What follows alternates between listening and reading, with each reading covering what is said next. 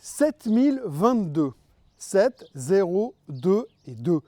C'est le nouveau record absolu du S&P 500. Et pendant ce temps-là, côté Nasdaq, on est à 24 016. Les deux grands indices américains sont au plus haut de tous les temps, simultanément. Maintenant, vous allez me dire, ah super, alors la guerre est terminée, le pétrole est revenu à 60 $, l'inflation s'est effondrée, Jérôme Powell chante sous la douche et Trump a arrêté de tweeter. Non, pas vraiment ça du tout. La guerre n'est pas finie, le pétrole est toujours à 91 $, l'inflation ne s'est pas effondrée, Jérôme Powell fait toujours des cauchemars en entendant le souffle de Trump dans son dos, et bien sûr, évidemment, Trump n'a pas arrêté de tweeter, bien au contraire, ni de poster sur Truth Social. Mais les marchés, eux, ils ont décidé que tout ça, c'était juste des détails. Et aujourd'hui, on va vous expliquer pourquoi ce marché est peut-être le plus délirant, le plus incohérent et même, en même temps, le plus indestructible de ces 25 dernières années. Bienvenue dans ce Morning Bull Live, je suis Thomas Veillet et nous sommes le 16 avril 2026 et on est au plus haut de tous les temps. Et ouais.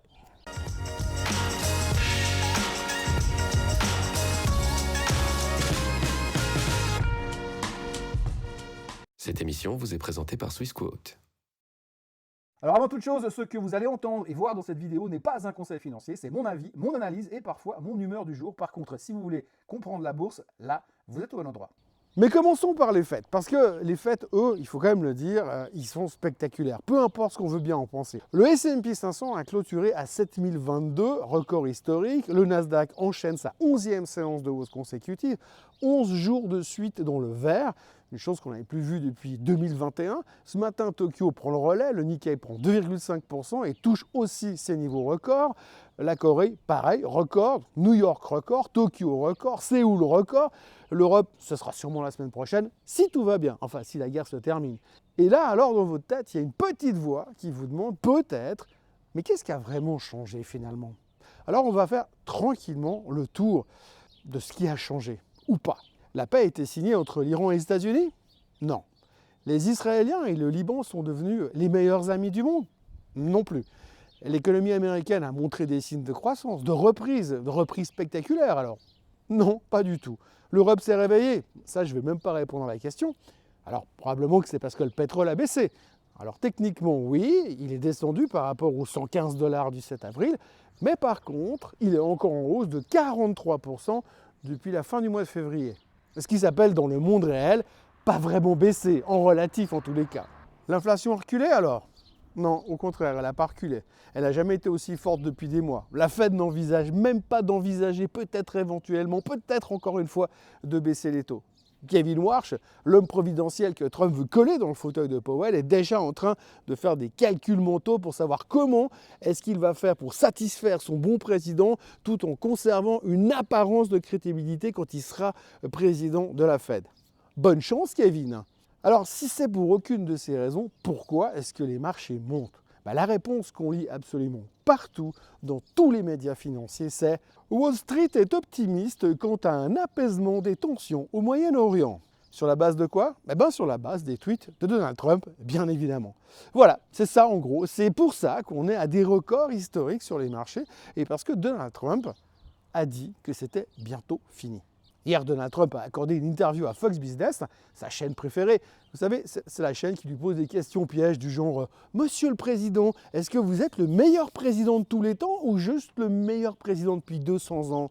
Et dans cette interview, il a déclaré que le conflit était très proche d'être terminé. Ce qui, en langage trumpien, peut vouloir dire à peu près n'importe quoi. Oui, parce que pour être complètement concret, j'ai compté, j'ai vraiment compté. Donald Trump a annoncé la fin imminente du conflit avec l'Iran 13 fois depuis le début. 13 fois. Nous avons gagné la guerre en mars, ça va bientôt finir le 10 mars, il n'y a plus rien à cibler le 11 mars, 2 ou 3 semaines le 31 mars, bientôt, très bientôt le 1er avril. Et ça continue encore et encore, comme une chanson dont on aurait perdu le refrain, mais pas l'enthousiasme. Hier, c'était donc la 13e déclaration, avec en bonus surprise une invitation mystérieuse à se préparer. Roulement de tambour à 2 jours incroyables, 2 jours incroyables. Trump nous fait encore le coup du « moi je sais ». Mais vous, vous savez pas. Donc ce type raconte ce qu'il veut, des médecins mettent en doute son état mental sur les chaînes YouTube, et nous, dans le monde merveilleux de la finance mondiale, on continue à battre des records sur ses élucubrations personnelles. Pendant ce temps, l'Iran menace de couler tous les bateaux américains qui traînent un peu trop près de chez eux. Bon alors attendez, concrètement, la probabilité de réussir à couler le porte-avions Abraham Lincoln avec un Zodiac et un pistolet à bouchon reste quand même relativement limitée, vu les moyens qu'il leur reste, mais c'est l'intention qui compte. Mais les marchés, eux, ils n'écoutent pas les Iraniens et ils écoutent Donald Trump. Ou du moins, ils font semblant de croire ce que Donald Trump est en train de dire. En tout cas, en termes d'impact sur les cours, ça revient exactement au même. Le VIX, par exemple, l'indice de la peur, celui qui monte quand les investisseurs sont en panique, il est retombé à 18. Son plus bas niveau depuis le 26 février, 2 jours avant le début de la guerre. Ce qui signifie que, selon les marchés, on est revenu à la case départ, comme si rien ne s'était passé, et comme si on avait appuyé sur reset, comme si quelqu'un avait effacé tout simplement 2 mois d'histoire avec une grande gomme.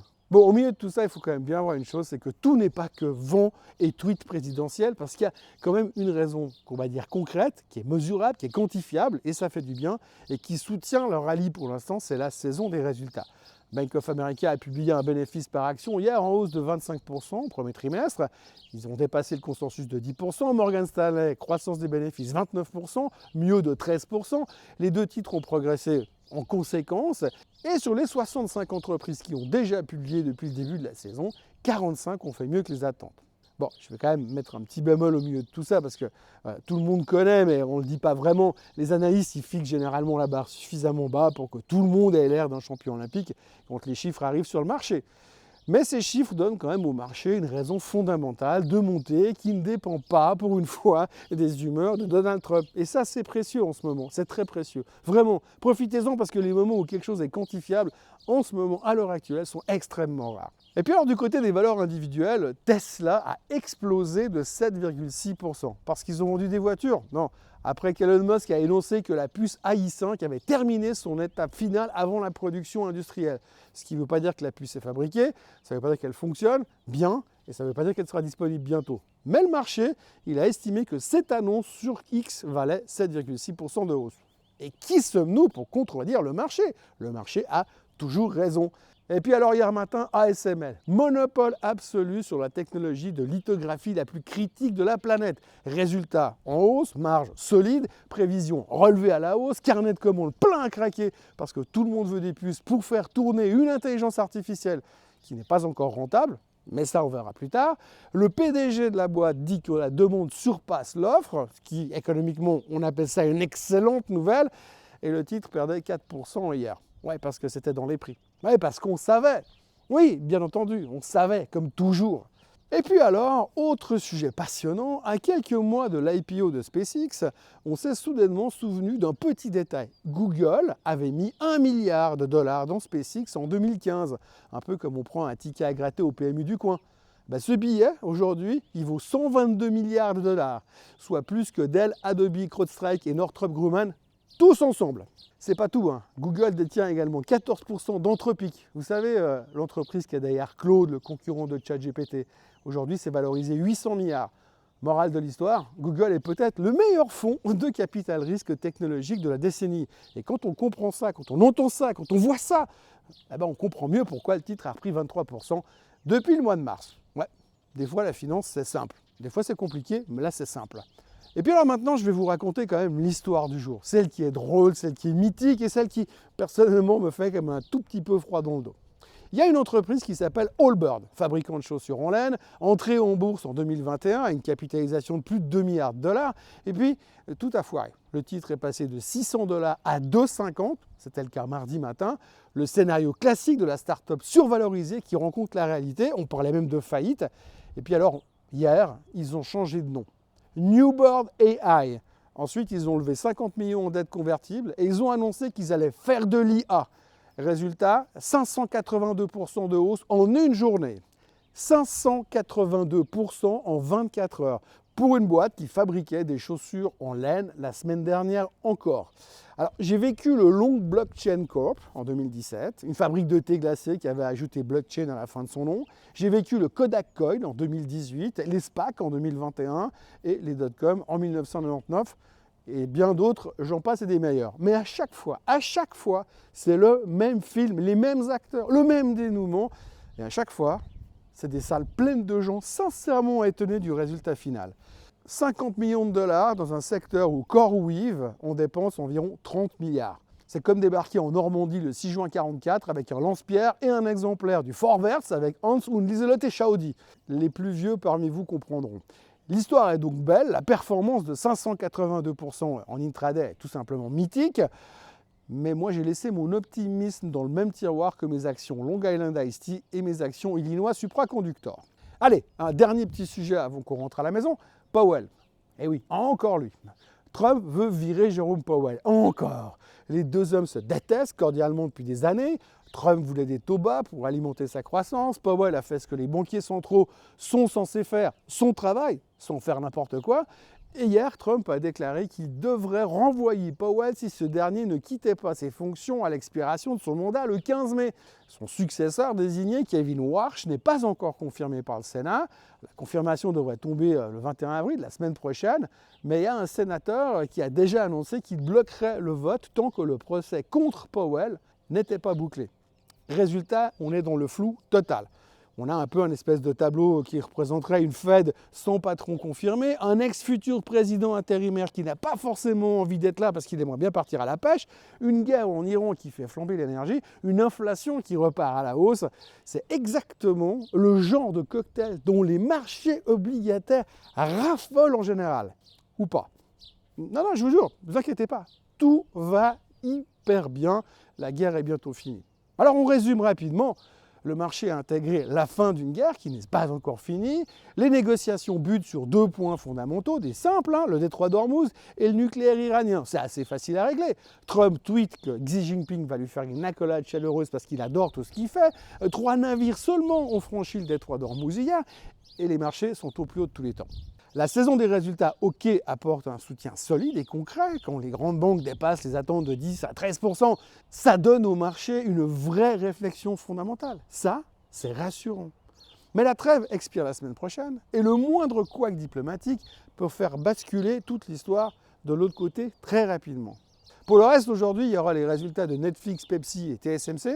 Il y aura aussi le CPI européen et le Philly Fed aux États-Unis. Autant d'occasions de continuer à ne rien comprendre, mais avec des données économiques en plus.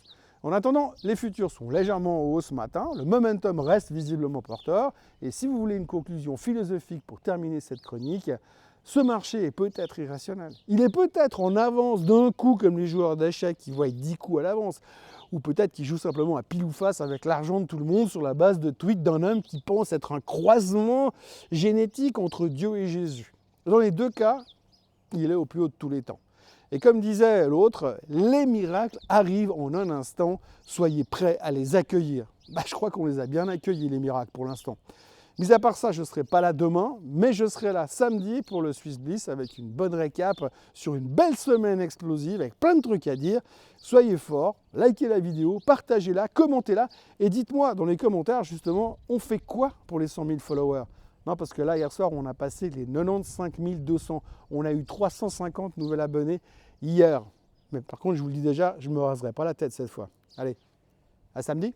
Bye bye. Ce contenu est informatif et éducatif destiné aux personnes connaissant les marchés financiers. Il ne constitue pas un conseil en investissement, juridique ou fiscal. Le trading et l'investissement comportent des risques, notamment la perte de capital. Les CFD et actifs numériques sont volatiles et ne conviennent pas à tous. Swissquote décline toute responsabilité quant à l'exactitude du contenu ou aux pertes liées à son usage. Produits et services disponibles selon la législation en vigueur.